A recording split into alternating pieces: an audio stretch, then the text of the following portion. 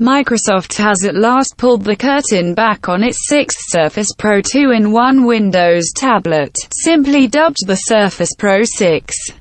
For all intents and purposes, this is the same Surface Pro you know, only more powerful and available in a new, all-black color scheme. While you'll notice by the images throughout that Microsoft has done little to tangibly change the Surface Pro on the outside, most of the marquee changes are, like last year, on the inside. This year, the Surface Pro is updated with 8th generation Kaby Lake refresh, quad-core Intel Core i5 and i7 processors. Backing that up is 8GB to 16GB of DDR3 memory and anywhere from 128GB to 1TB of SSD storage, all behind the same display as last year.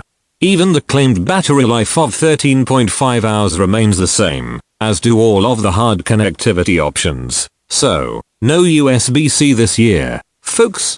This all comes in a package that measures just 8.5mm thin and weighs a mere 1.7 pounds again, the same as last year's edition.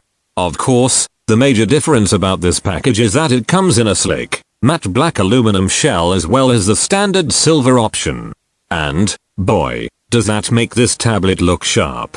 Of course, Microsoft is also now offering all black Surface Pen and Alcantara fabric type cover accessories to match, the latter of which is still sold separately, to our frustration.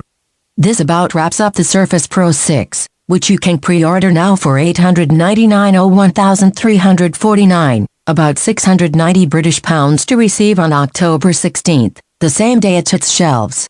Eagle-eyed fans will notice an uptick in that starting price to the tune of $100 or quid. That's because the Intel Core M3 option is no more.